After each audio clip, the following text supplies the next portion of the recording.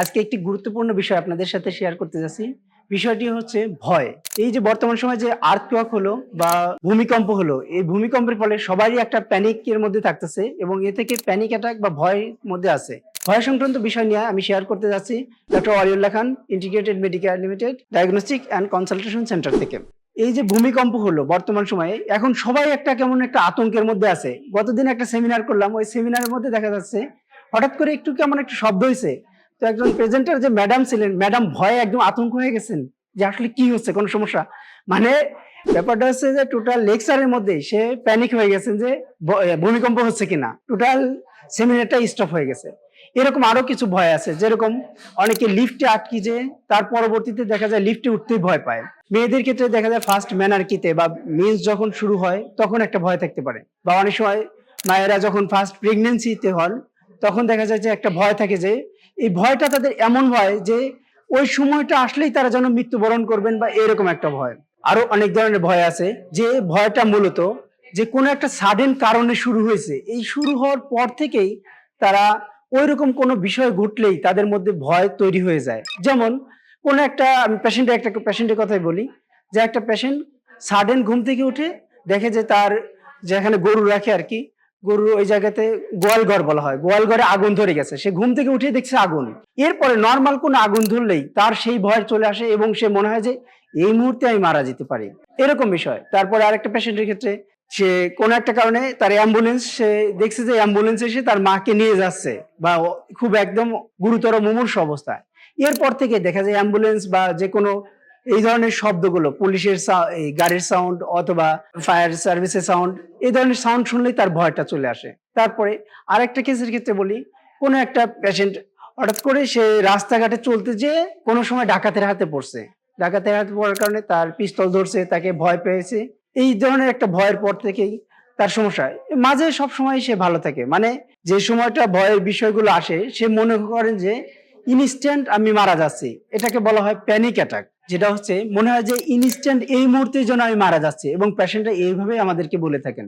তো সাডেন একটা ভয়ে চলে আসে এবং সেই ভয়ের কারণেই ছোট্ট একটা সাউন্ড বা ওই ধরনের যে ধরনের সমস্যার মধ্যে দিয়ে গেছে, এরকম কোনো সমস্যা হলেই দেখা যায় ভয় তাদের মধ্যে একদম মনে হয় যে আমার মৃত্যু চলে আসছে। এবং দেখা যায় অনেক সময় মানুষের ভয়ের সময় নর্মালি একটু পানি খেয়ে নেয় বা পানি পিপাসা পায়। এরকম সিমটম গুলো আমরা পেশেন্টের মধ্যে দেখে থাকি। যেরকম কোনো একটা কারণে দুই গ্রুপের মারামারি রাখছে, একটা পেশেন্টের কথাই বলতেছি। তো দেখা যায় সে মাঠের মধ্যে কাজ করতেছে, অতর্কিত ভাবে অপোজিট গ্রুপ তাকে যায় আক্রমণ করছে, সে জানেও না কি কারণে তাকে আক্রমণ করতেছে। এবং সে এর পর থেকেই এই পেশেন্টটা, সে আঘাতের তো একটা সমস্যা আছেই, কিন্তু তার এই ভয়টা যেন তার সব সময় তাড়া করে। ছোটখাটো কোনো ঝামেলা, কোনো দুর্যোগ বা কোনো একটা শোরগোল বাঁধলেই তার এই ভয়গুলো তারা করতেই থাকে। তো এই ধরনের ভয় বিভিন্ন কারণেই তৈরি হতে পারে। তো অনেকের আর এই যে বর্তমান সময়ে যে একটা আর ভূমিকম্প হলো বা আর্থকোয়াক হলো, সেই ভয় তাদের ক্ষেত্রে দেখা যায় অনেক সময় খুব ওপেন প্লেসে গেলে ভয়। আবার অনেকের ভয় আছে বিভিন্ন রকম। এছাড়া আরো কিছু ভয় আছে, যে অন্ধকারে ভয়। কিছু মানুষ আছে অন্ধকারে, তো নর্মালি সবাই ভয় পায়, কিছু মানুষ আছে অন্ধকারে যেতেই পারে না। বিশেষ করে বাচ্চাদের ক্ষেত্রে অনেক সময় এই সিমটমটা অনেক বেশি দেখা যায়। রাস্তাঘাটে সন্ধ্যাকালে বা একা যখন কোনো পথে চলতেছে, মনে হয় পিছনে কেউ আছে, পিছনে কেউ আছে, এরকম একটা ভয় তারা ফিল করে। আবার অনেক ক্ষেত্রে অনেকের কুকুরের ভয়। কুকুরের ভয় নর্মালি টুকটাক থাকে, স্বাভাবিক, কিন্তু দেখা যায় একটা বড় মানুষ, সে একটা শুয়ে আছে, কুকুর, অপরিচিত কুকুর পাশ দিয়ে যেতেই তার ভয় পাচ্ছে। মহিলাদের ক্ষেত্রে অনেক সময় রাস্তাঘাটে এরকম বেশি আমরা দেখতে পাই। সাপের ভয়টা অনেক ফ্যাক্ট করে। অনেকে সাপের ভয় এতটাই বেশি হয় যে সে নর্মালি, একটা মানুষ সাপের ভয় তো থাকবেই, সাপ যেহেতু বন্য জন্তু, সেই হিসাবে সাপের ভয় থাকবে, কিন্তু সে দেখা যায় মোবাইলে সাপ দেখতে পারছে না। সে কোনো কাজ করতেছে রান্নাঘরে অথবা কোথাও কোনো রশি ঝুলানো আছে, মশারি রশি ঝুলানো আছে, সে এই ধরনের ভয় পাচ্ছে। তারপর একা চলতে ভয়। এই ভয়গুলো কি সমস্যা? ভয়গুলো মূলত সমস্যা না, যদি ভয়ের পরিবেশ ওভারকাম করতে পারে সমস্যা নাই।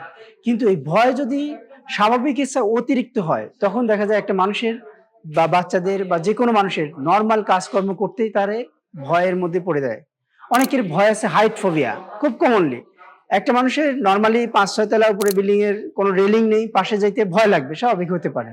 কিন্তু রেলিং আছে, সে পড়বে না, কিন্তু নিচে যায় তাকায় দেখতেই তার প্রচন্ড ভয় লাগে। এই ধরনের ভয়গুলো অনেকে, এই ধরনের ভয় থেকে হার্ট ডিজিজ বা মনে করেন যে তার হার্টে কোনো সমস্যা হয়েছে, হার্ট অ্যাটাকের ভয়, এই ধরনের সবসময় এই অ্যাংজাইটির মধ্যেই থাকে অনেকে। আবার ভয় আছে ক্যান্সারের। বর্তমান সময়ে একটু সমস্যা হলেই দেখা যায় একটা টিউমার বা কোনো কিছু হচ্ছে, বা ছোটখাটো বিষয় হয়তো কারোর সাথে কখনোই শেয়ার করতে যায়নি।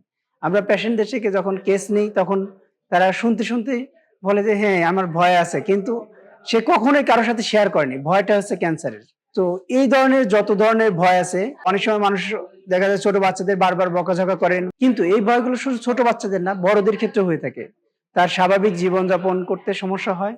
এই ধরনের ভয় থেকে এড়াতে হোমিওপ্যাথি মেডিসিন অনেক আমাদের মেডিসিন আছে লক্ষণ ভিত্তিক, যে যার যে ধরনের ভয়, যে কারো কোনো কিছু ঘটতে চলছে, এই ধরনের একটা ভয়। যেরকম আর্থক্বেক হয়ে গেছে, একটা জিনিস সামনে হয়তো সবসময় প্যানিকের মধ্যে আছে কখন আর্থক্বেক হবে। সচেতন থাকা জরুরি। কিন্তু ভয়ের মধ্যে আপনার স্বাভাবিক জীবন যদি ব্যাহত হয়, সেক্ষেত্রে হোমিওপ্যাথিক মেডিসিন যে ভয়গুলো কথা বললাম, সেই ভয়গুলো আপনার লক্ষণের সাথে এবং মেডিসিনের সাথে যখন সিম্পটম গুলো ম্যাচ করে আমরা ওষুধ দিই, তখন দেখা যায় তার এই ধরনের ভয়গুলো খুব দ্রুতই আরোগ্য হয়। সো ভয়জনিত যেকোনো সমস্যার জন্য হোমিওপ্যাথি ট্রিটমেন্ট নিন।